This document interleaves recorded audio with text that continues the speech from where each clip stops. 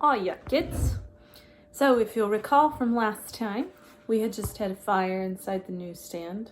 Very scary. And the cat and the mouse and the cricket just so got away. So we're heading into chapter 11, The Jinx. From the drain pipe, the animals watched Paul put out the fire. He dragged what papers he could out of the newsstand and got a bucket of water to douse the rest, as he watered down the walls to make sure they wouldn't flare up later. When the danger was over, he called up Papa Bellini on the telephone. "What a mess," said Tucker Mouse, looking at the soggy, smoldering piles of papers and magazines. No one knew what to say. "What are you going to do, Chester?" asked Harry Cat finally. "I'm going back there," said Chester. "If the Bellinis find me gone, they'll think I set the fire and ran." "What makes you think they wouldn't think you set the fire and stayed?" said Tucker. "I'll have to take that chance," said Chester. Before the cat or the mouse could say anything to stop him, he hopped over to the newsstand.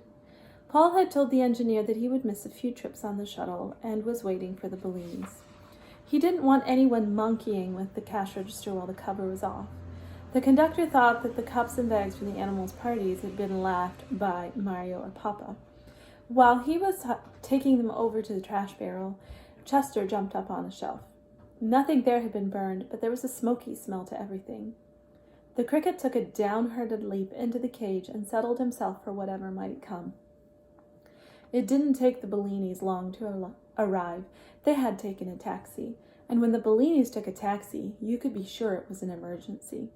Chester could hear them hurrying down the steps from the street. Papa was trying to soothe Mama, who was wheezing heavily from asthma and excitement. When she saw the heaps of scorched magazines and newspapers, she began to moan and shake her head.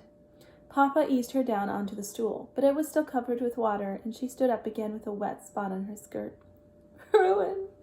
We're ruined!" she sobbed. "Everything's burned." Papa comforted her as best as he could by saying that it was only a few stacks of the ladies' home journal that had been lost, but Mama wouldn't believe that anything less than complete destruction had come to them all. Mario, who brought up the rear of this sad parade, thought first for the safety of his cricket. He saw that Chester was in his cage, though, and decided that it would be best to keep quiet until Mama's outburst of grief had subsided. Paul told them what had happened, how he smelled smoke and heard the alarm clock ringing. Then he came to the part about the animals who had escaped from the burning newsstand. "So," said Mama Bellini, all her despair changing into anger. "Animals in the newsstand again! Didn't I tell you?" She lifted her forefinger at Mario. "Didn't I say the cricketer would ask in his pals? He's probably set the fire. He's a firebug." Mario didn't have a chance to speak. He would open his mouth to defend Chester, but before he could say a thing, the words were drowned in Mama's flood of reproaches. She had found someone on whom she could blame her unhappiness, and there was no stopping her. When a pause came, Mario said meekly, "My cricket would never do anything like burn up our newsstand."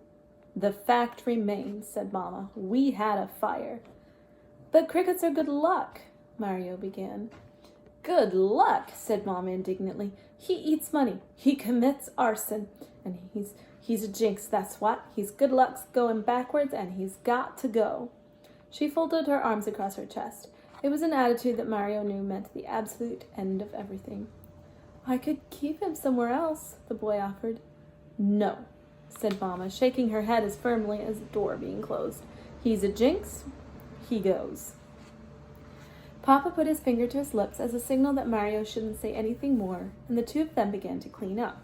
They carried away all the hopelessly burned magazines and tried to salvage some that had only been scorched. Mario mopped the floor of the newsstand while Mama spread out papers to dry. By the time they were finished, it was almost the hour for the first wave of commuters. Chester was laying on the floor of the cricket cage. He felt guilty because even if he hadn't set it, in a way, the fire was his fault. If he hadn't invited everyone into the newsstand, it wouldn't have happened, and it was his playing of the rumba that had made Tucker want to dance, and so tip over the matches, and he did eat the $2 bill. He began to believe that he was really a jinx. During the early morning rush hour, Mario was especially eager in his shouts of, "Paper, mister!" and "Timer life, mister!" Papa was more active than usual, too, but Mama sat glumly on the stool with a gray, determined look on her face.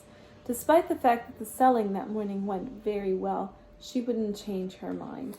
After the rush was over, Papa went out to buy a new lock. Chester heard a soft scratching from behind the Kleenex box. A familiar face peeked out. "What's going on?"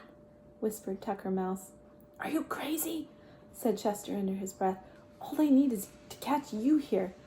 "I had to find out how you were doing," said Tucker. "They're going to throw me out," sighed Chester. "Oh," Tucker moaned, "and it was me that did it.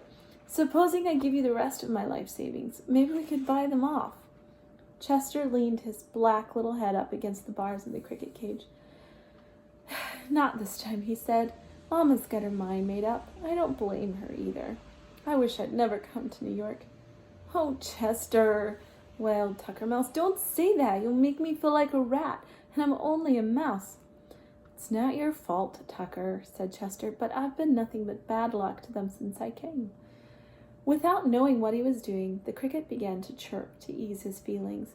He found that it helped somehow if you sang your sadness. He wasn't paying much attention, and just by accident he played the first few notes of an Italian folk song he'd heard the night before. It was so melancholy, and yet so sweet, that it fitted his mood exactly. Mama Bellini was untying a bundle of Herald Tribunes when she heard the chirping. At first she didn't know what it was. "Che cosa questa?" she said in Italian, which means, "What's that?" Chester stopped playing. "Chi cantava?" said Mama. "Who was singing?" Mario looked at his mother. Usually when she spoke in Italian, it meant that she was in a good mood, but that couldn't be true today. Now Tucker Mouse was a very good judge of character, both animal and human. He thought he heard a kind of softness in Mama Bellini's voice. "Play some more," he whispered to Chester. "She hates me," said Chester. "It'll only make her more angry." "Do as I tell you," commanded the mouse urgently. So Chester started to chirp again. He was in such disgrace already. What difference could it make? The piece he was playing was called "Come Back to Sorrento," and by the greatest good luck, it happened to be Mama Bellini's favorite song.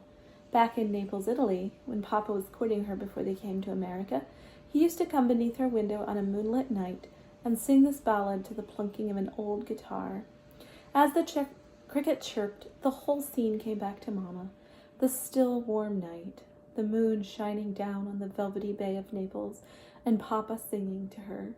Tears welled up in her eyes as she thought of the bygone times, and very softly she began to murmur the words to the song.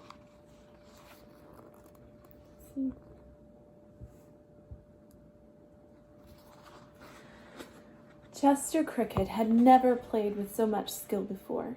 When he heard Mama singing, he slowed his tempo so she could keep up without straining. When she was loud, he was too, and then softer when she got choked up with emotion and her voice dwindled. But always his chirping carried her along, keeping her on the right beat and the right tune. He was the perfect accompanist. Mario was dumbfounded.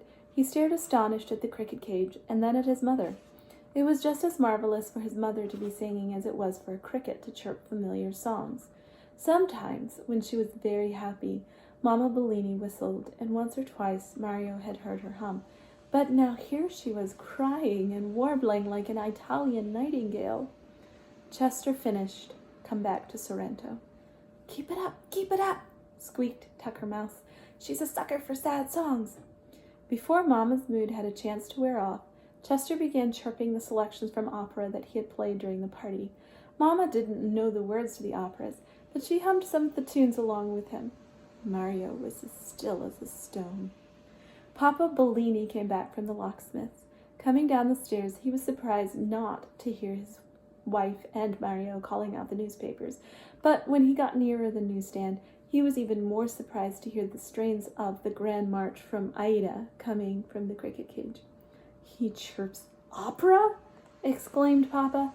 His eyes looked as big and startled as two hard-boiled eggs. "Shh," said Mama with a wave of her hand. Chester's memory for music was perfect. He had to hear a piece only once to remember it forever.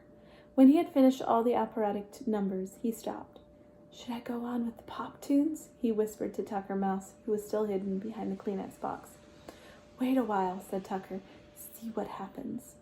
Mama Bellini had a dreamy look in her eyes. She put her arm around her son and said, Mario, no cricketer who sings Torna al Sorrento so beautifully could possibly start a fire. He can stay a while longer. Mario threw his arms around his mother's neck. You hear? You hear? Squealed Tucker Mouse. You can stay! Oh boy, oh boy, oh boy! And this is only the beginning. I'll be your manager, okay? Okay, said Chester. And so began the most remarkable week in Chester Cricket's, or any cricket's, life. I'm going to Montana for the weekend, but when I'm back, kids, you'll hear all about it in Chapter 12 with Mr. Smedley.